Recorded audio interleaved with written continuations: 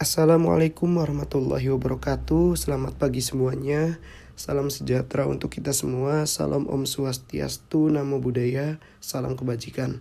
Marilah kita panjatkan puji syukur kehadirat Allah Subhanahu wa taala yang telah memberikan rahmat dan kesehatan kepada kita hingga kita dapat berkumpul untuk mengikuti mata kuliah ini. Perkenalkan, kami dari kelompok 13 yang beranggotakan Irfan Maulana, Sinta Indriani, dan saya sendiri Farhan Muhajirin untuk menjelaskan materi dari kelompok kita, kelompok 13 yang berjudul Metode Pembelajaran Kooperatif. Pembelajaran kooperatif berbeda dengan strategi pembelajaran yang lain. Titik perbedaan tersebut dapat dilihat dari proses pembelajaran yang lebih menekankan kepada proses kerjasama dalam kelompok. Tujuan yang ingin dicapai tidak hanya kemampuan akademik dalam pengertian penguasaan bahan pelajaran, tetapi juga adanya unsur kerjasama untuk penguasaan materi tersebut. Pembelajaran kooperatif adalah pembelajaran yang menekankan keterlibatan semua peserta didik melalui kegiatan diskusi kelompok kecil. Kelompok kecil tersebut terdiri dari beberapa peserta didik yang kemampuan berbeda. Dengan demikian, akan terjalin kerja dan sikap-sikap saling membantu dalam menyelesaikan permasalahan yang ditugaskan. Oleh sebab itu, pembelajaran ini biasa disebut sebagai pembelajaran gotong. Selanjutnya, tujuan pembelajaran kooperatif bisa dibagi menjadi 5, diantaranya 1. Membentuk peserta didik menjadi pribadi yang lebih kuat dan peduli pada sesama. 2. Menciptakan keaktifan serta keterlibatan semua peserta didik dalam pembelajaran. 3. Meningkatkan nilai akademik pembelajaran melalui kerjasama dalam kelompok. 4. Mengembangkan kepekaan sosial peserta didik. Dan 5. Melatih peserta didik untuk bijak dalam menerima perbedaan peserta didik lain.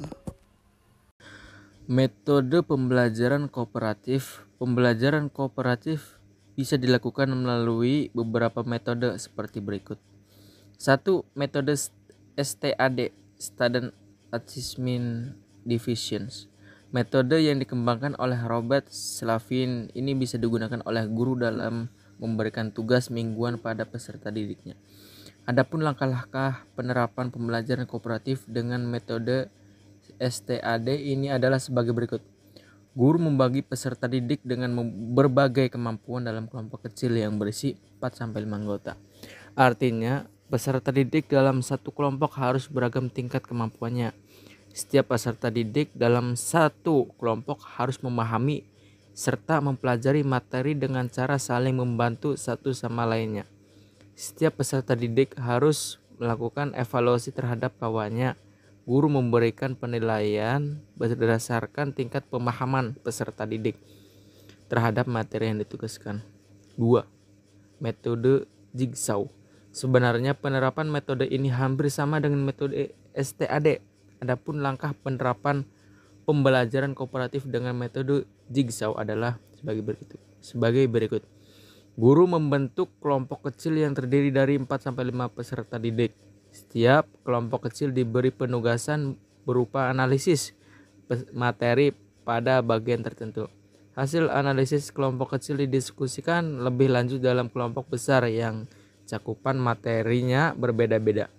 Di akhir pembelajaran, guru melakukan evaluasi terkait hasil diskusi. Yang ketiga, metode G, Group Investigation. Pada metode ini, peserta didik dilibatkan dalam menentukan rencana permasalahan yang akan dipelajari. 4. Metode Pitchtour and Pitchtour. Metode ini menekankan pada penggunaan gambar agar peserta didik semakin tertarik dengan materi yang sedang dibahas. Lebih optimalnya lagi jika metode ini digunakan untuk mata pelajaran sains. Yang kelima, metode TPS, Think, Pair, Share. Langkah penerapan metode pembelajaran TPS ini adalah guru memberikan sebuah permasalahan pada setiap kelompok. Lalu, anggota kelompok diminta untuk mendiskusikannya. Di akhir pembelajaran, setiap kelompok mengumpulkan hasil diskusinya pada guru untuk dilakukan penilaian. Dengan demikian, karakteristik pembelajaran kooperatif dijelaskan sebagai berikut. Yang pertama, pembelajaran secara tim. Jadi, pembelajaran kooperatif adalah pembelajaran secara tim yang merupakan tempat untuk mencapai tujuan.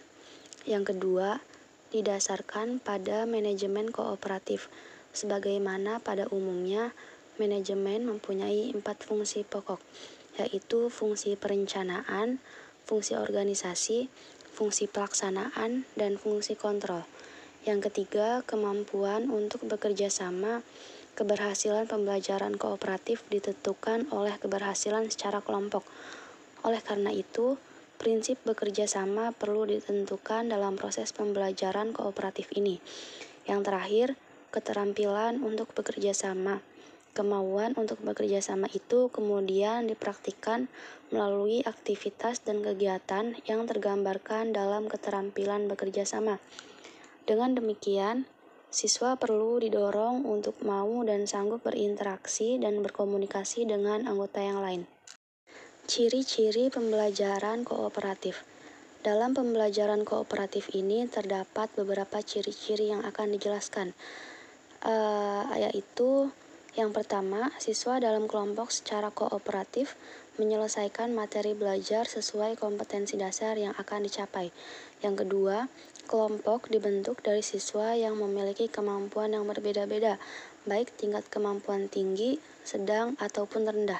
Jika mungkin anggota kelompok berasal dari ras, budaya, suku yang berbeda, serta memperhatikan kesetaraan gender. Yang terakhir, penghargaan lebih menekankan pada kelompok daripada masing-masing individu. Pembelajaran kooperatif tidak hanya mengajarkan kepada peserta didik untuk bekerja sama, tetapi juga mengajarkan untuk menyelesaikan materi secara mandiri, tidak membedakan unsur sosial seperti ras, suku, dan budaya, dan penghargaan yang tinggi terhadap kelompok-kelompok. Unsur-unsur kooperatif. Yang pertama, tanggung jawab perorangan. Yang kedua, saling ketergantungan positif untuk menciptakan kelompok kerja efektif. Yang ketiga, komunikasi antar anggota. Yang keempat, tatap muka. Yang kelima, evaluasi proses kelompok. Baik, setelah mendengarkan penjelasan dari kelompok kami, mungkin cukup sekian penjelasannya. Semoga dapat bermanfaat bagi teman-teman semua. Terima kasih kepada dosen pengampu dan juga teman-teman sekalian. Kami dari kelompok 13 undur diri. Wallahul muwaffiq ila aqwamit thoriq. Wassalamualaikum warahmatullahi wabarakatuh.